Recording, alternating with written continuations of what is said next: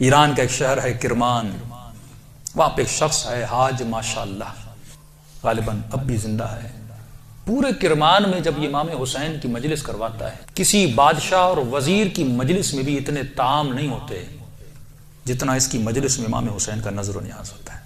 ہمارے ایران کے استاد کہتے ہیں کہ جب میں ان سے ملنے گیا اور اسی نیت سے ملنے گیا کہ پوچھوں تو صحیح آپ کے پاس اتنا پیسہ آتا کہاں سے کہ آپ امام حسین کے اتنے سفرے اور اتنے طعام لگاتے ہیں۔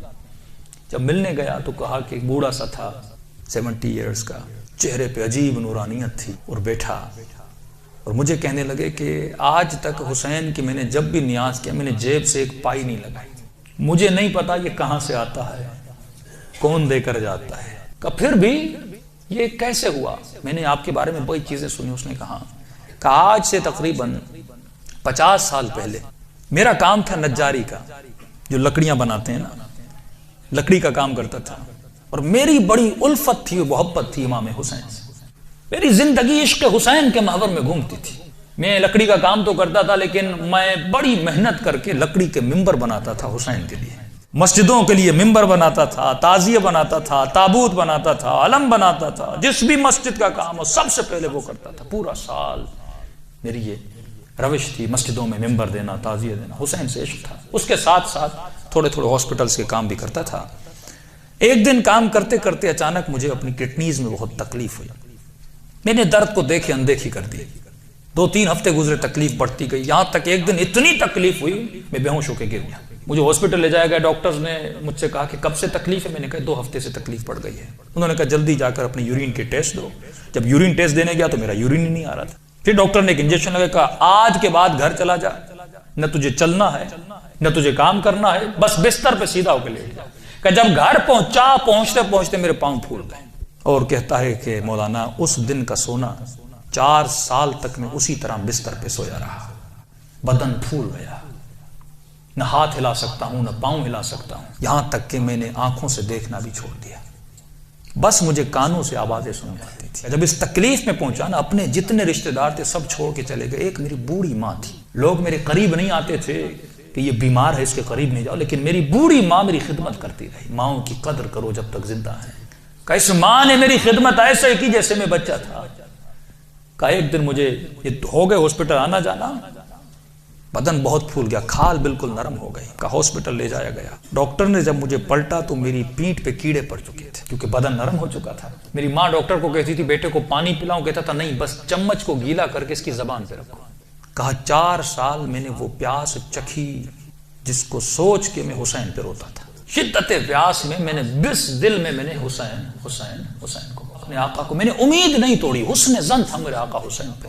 کہ جب آخری دن ہاسپٹل میں گئے تو ڈاکٹرز نے میری ماں کو کہا بس یہ چند دن کا مہمان ہے، اسے گھر لے جاؤ۔ یہ میں نے آواز سن لی اور سنی تو میں رو پڑا۔ میں نے کہا امام حسین 4 سال سے آپ سے امید لگا کر بیٹھا، مولا کیا آپ کا عاشق اسی طرح مر جائے گا؟ دنیا کیا کہے گی؟ حسین کے ممبر بناتا تھا اور حسین نے اسے شفا ہی نہیں دی۔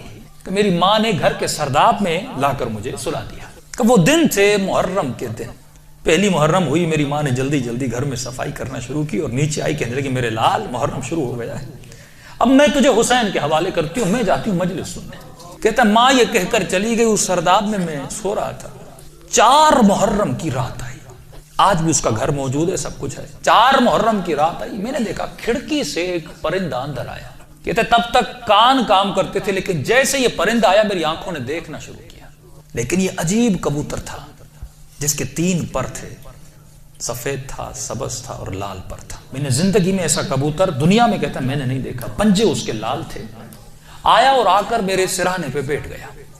بیٹھنے کے بعد اس نے کلام کرنا شروع کیا، میرے کانوں میں آواز دے کر کہا تجھے پیاس لگی ہے، کچھ کھاؤ گے، کچھ پیو گے؟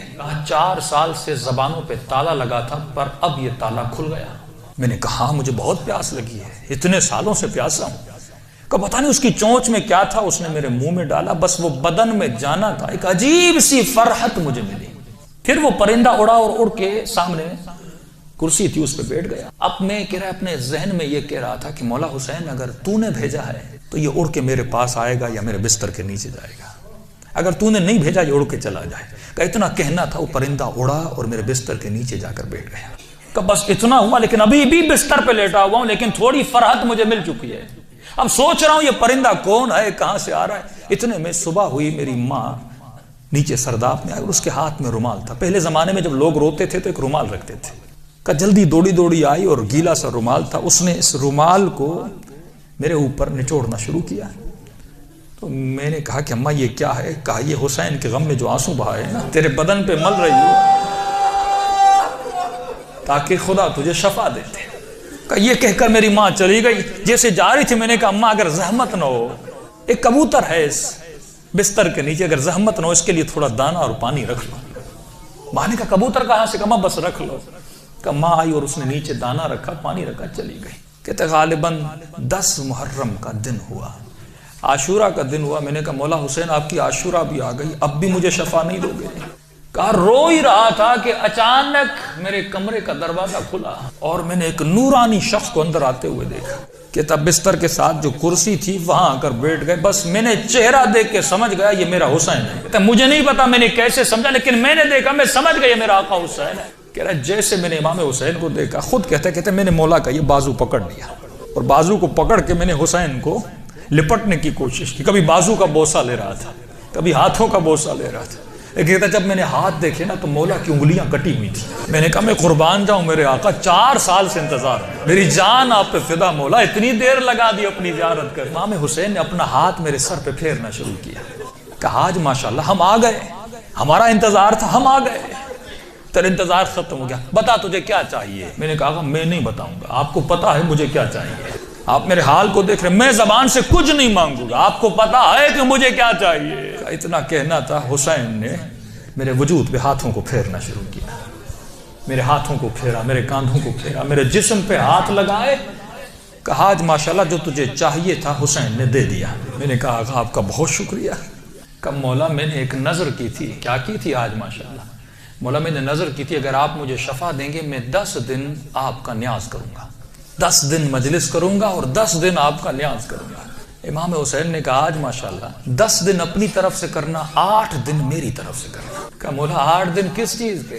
کہا آج ماشاءاللہ 10 دن تو حسین کے لیے کرے گا اور 8 دن میری طرف سے میری اماں زہرا کے لیے کرے گا۔ کہتا یہ کہہ کر حسین چلے گئے اور جب چلے تو میں رونے لگا۔ اتنے میں وہ پرندہ بستر کے نیچے سے نکلا اور اس نے پرواز کرنا شروع کی۔ کہتا مجھے نہیں پتا وہ پرندہ پڑھ کیا رہا تھا، حسین آواز میں کچھ کہہ رہا تھا۔ آواز سن کے میری ماں دوڑتی ہوئی نیچے آئی، اسی نیچے آئی، لیکن دہشت اتنی تھی اس آواز میں، میری ماں اندر نہیں آ رہی تھی، پیچھے سے کہہ رہی تھی ماشاءاللہ یہ کمرے میں آوازیں کیسی ہیں۔ میں رو کر کہہ رہا تھا اماں اندر آ جاؤ، حسین نے مجھے شفا دے دی۔ یہ بوڑھی ماں دوڑی آئی، کبھی دائیں دوڑ رہی ہے کبھی بائیں دوڑ رہی ہے، کہاں ہے میرا آقا حسین؟ کہا میں بستر پہ بیٹھا تھا، وہ سوجن ہر چیز ختم ہو گئی، کہ یہاں تک وہ کبوتر پرواز کر کے چلا گیا۔ یہ بوڑھی کبھی کرسی کے بوسے لے رہی ہے، کبھی بیٹوں کے ہاتھوں کو چوم رہی، یہاں میرے حسین کے ہاتھ لگے تھے۔ روتی ہوئی جب صحن میں آیا، ہمسایوں نے سمجھا یہ مر گیا ہے، دوڑے آئے کہ ماں رو رہی ہے، شاید بیٹا مر گیا، لیکن جب پہنچے کیا دیکھا، اسے حسین نے زندگی عطا کر دی تھی۔ عزیزو جب یقین ہو نا، یقین نہ ٹوٹے، جب اہل بیت پہ بھروسہ